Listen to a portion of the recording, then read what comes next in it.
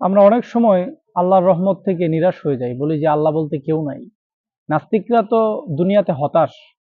এবং একটি সায়েন্টিফিক আর্টিকেলে আমি পড়েছি যে নাস্তিকরা তারা মানসিকভাবে অত্যন্ত মানে ধ্বংসাত্মক, বিপর্যস্ত থাকে এবং তারা অন্তরে অন্তরে আল্লাহকে স্বীকার করে নেয়। দেখুন, আজকে আমরা আমাদের ব্যবসা বাণিজ্য এগুলোকে নিয়ে আমরা এতটাই ব্যস্ত যে আল্লাহকে স্মরণ করার সময় আমাদের নাই।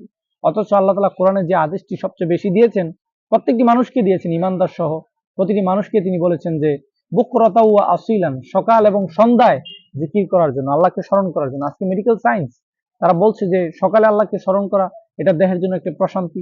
আবার সারা দিন যখন কর্মক্ষম কাজ করে বিকালবেলা আপনি আল্লাহকে একটু স্মরণ করবেন, এটা আপনার জন্য প্রশান্তি, আপনার ব্রেনের জন্য অত্যন্ত প্রশান্তি, পরিবেশের জন্য কত চমৎকার। কারণ পরিবেশের কোনো জিনিসই আল্লাহকে অস্বীকার করে না, আল্লাহর কোনো সৃষ্টিকে তারা অস্বীকার করে না। সুবহানাল্লাহ।